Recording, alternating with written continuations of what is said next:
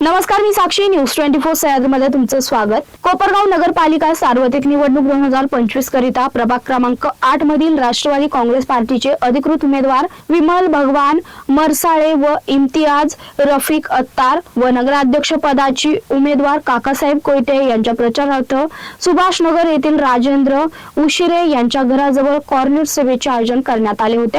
या प्रसंगी चैतालीताई काळे, नगराध्यक्ष पदाचे उमेदवार काकासाहेब कोयटे, नवाज कुरेशी, राजेंद्र उशिरे यांनी आपलं मनोगत व्यक्त केलंय.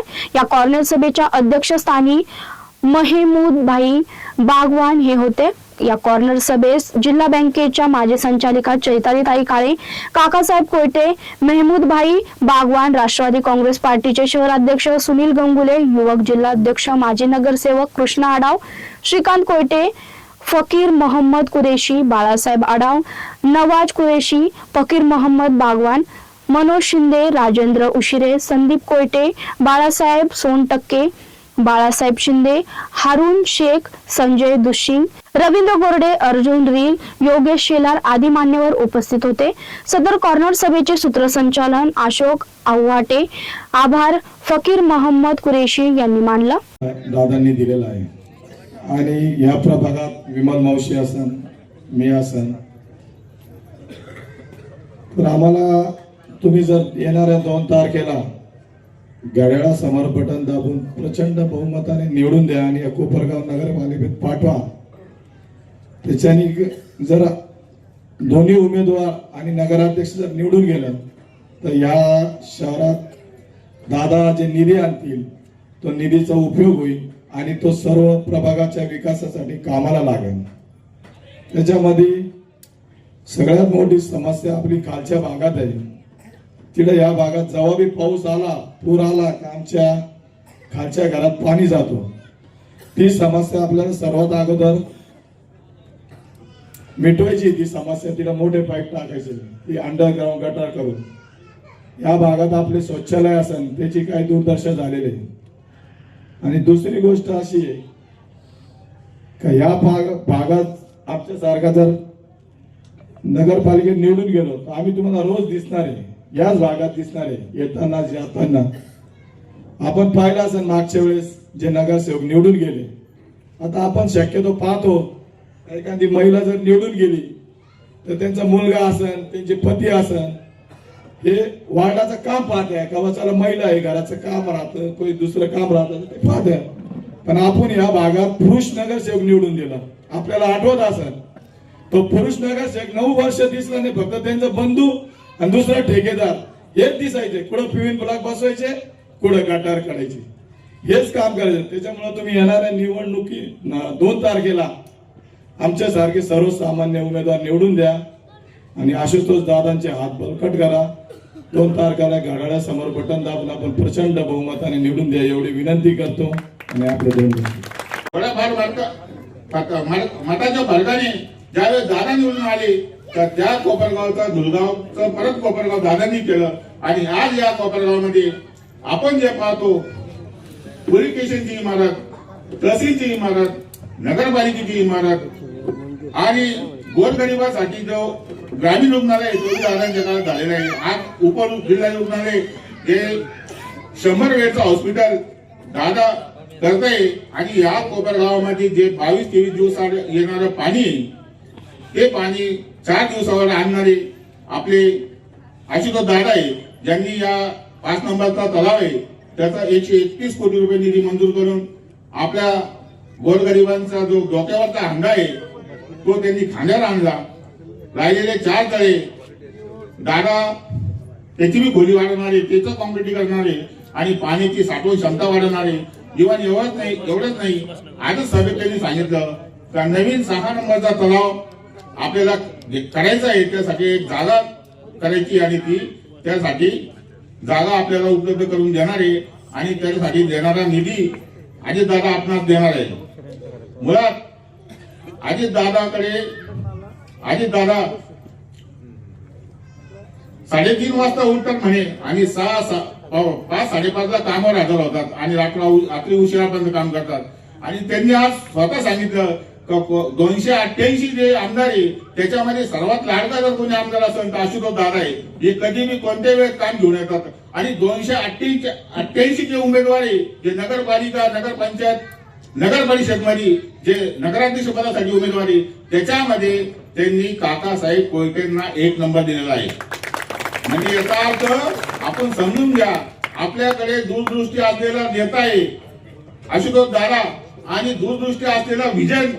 इलेक्शन झाल्यानंतर सुद्धा ते 10 लाखाचं तो जो समाज मंदिराचं काम आहे ते पूर्ण होणार आहे.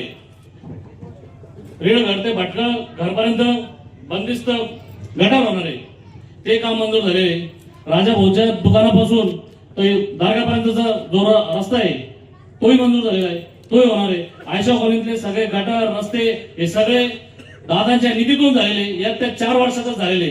त्यांची जर करायची धारणच नव्हती, त्यांनी हा वाढ वाऱ्यावर सोडून दिलेला होता.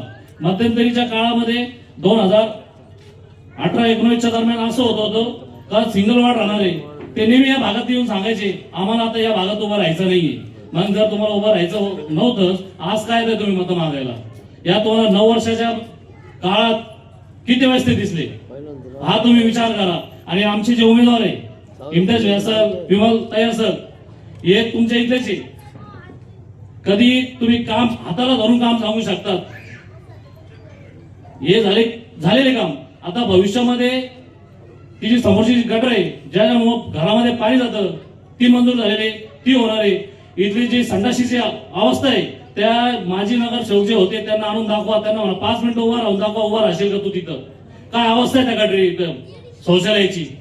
तर भविष्यात आपल्याला ती सुद्धा व्यवस्थित जशी संजयनगरमध्ये शौचालय आहे त्या पद्धतीचं शौचालय आपल्याला त्या ठिकाणी बांधायचं आहे. मागं 4 गल्ल्या आहे, त्या 4 गल्ल्यातली पाईपलाईन बांधायची आहे जेणेकरून त्या भागात पाणी चांगलं प्रेशर नाही. शेजारच्या रोडचे दोन्ही पाईपलाईन खूप जवळजवळ 25, 30, 40 वर्षापूर्वीच्या 4 इंचीच्या पाईपलाईन आहे, त्या पाईपलाईन सुद्धा आपल्याला बदलायच्या आहे. तर या आणि बरेचसे काम आहे हे केव्हा होणार आहे, ज्या वेळेस आपण इम्तियाज व्यासल, विमल तयासर यांना ज्यावेळेस आपण निवडून देणार आहे त्यावेळेस हे सर्व कामे होणार आहेत. आणि त्या पाण्याच्या गोष्टीमध्ये जर तुम्ही आडे अडचणी आणत होते तर तुम्ही पुढे तरी काय करणार आहे ते पण आम्हाला माहिती नाही. तुमची इच्छा काय होती, कोपरगावच्या जनतेने नेहमी पाण्यापासून वंचित राहावं, कुणालाही पाणी मिळावं नाही, आणि त्याचा सगळ्यात जास्त त्रास आमच्या महिला भगिनींना व्हायचा. कारण सकाळी उठल्यापासून पाणीच काम असतं आणि सगळ्यात जास्त पाणी आपल्याला स्वयंपाकात पण पाणीच लागतं. एक दिवशी पोळी भाकरी नाही खाल्ली ना, पाणी पिलं तरी जगू शकतो. म्हणून आपल्याला तळतळीची विनंती आपल्या सर्व महिला भगिनींना स्पेशली आणि त्याचबरोबर सर्व पुरुषांना, कारण तुम्हीच मदत करत होते ड्रम भरायला.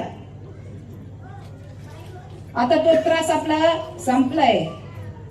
4 दिवसात जरी पाणी येतं तर तरी पण काका मला सांगायला आनंद वाटतो की आमच्या महिला तरी आनंदित आहे. काही ठिकाणी महिला सांगतात की ताई 4 दिवसात येतं तरी पण आम्ही खुश आहे, पाणी वाया चाललं. आता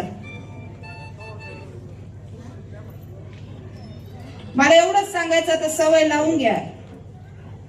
आपल्याला आता दिवसाड नाही रोज पाणी द्यायचंय आणि त्यासाठी दादांचा पूर्ण प्रयत्न चालू आहे की जे 1 ते 4 नंबर जेवढे तलाव आहे ते देखील आपल्याला कॉन्क्रिटीकरण करायचे आहे. आणि सगळं काम करायचं असेल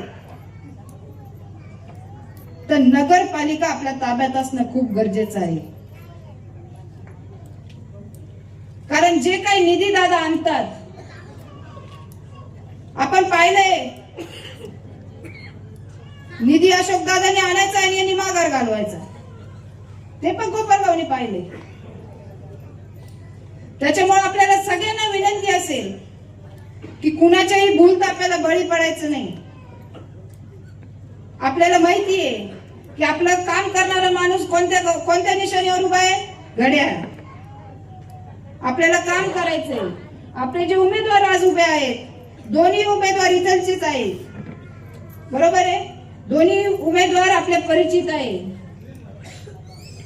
मला एकच सांगायचंय, तुम्ही इतरांना खूप चान्सेस दिले, आता आम्हाला पण चान्स देऊन पहा. या बातमीसह इथेच थांबतोय. तुम्ही पात्रा न्यूज 24 सह्याद्री.